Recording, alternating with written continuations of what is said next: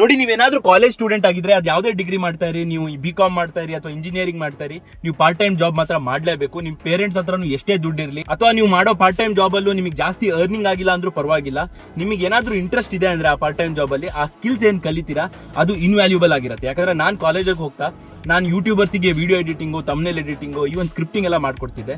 So ಹಾಗಾಗಿ ನನಗೆ ಗೊತ್ತಾಯ್ತು, ಓಕೆ, ಕಾಂಟೆಂಟ್ ಕ್ರಿಯೇಷನ್ ಇಂದ ಬಿಸ್ನೆಸ್ ಎಲ್ಲ ಸ್ಟಾರ್ಟ್ ಮಾಡ್ಬೋದು, ಯೂಟ್ಯೂಬ್ ಇಂದ ನಾವು ಡಿಜಿಟಲ್ ಪ್ರಾಡಕ್ಟ್ ಸೆಲ್ ಮಾಡ್ಬೋದು, ಆಮೇಲೆ ಹೆಂಗ್ ಲೀಡ್ಸ್ ಕಲೆಕ್ಟ್ ಮಾಡೋದು, ಹೆಂಗ್ ಲೀಡ್ಸ್ ಫಾಲೋ ಅಪ್ ಮಾಡೋದು ಅದೆಲ್ಲ ಕಲ್ತ್ಕೊಂಡೆ. ಸೊ ಹಾಗಾಗಿ ಕಾಲೇಜ್ ಮುಗಿದ ತಕ್ಷಣ ನಾನು e-commerce ಬಿಸ್ನೆಸ್ ಸ್ಟಾರ್ಟ್ ಮಾಡಿದೆ.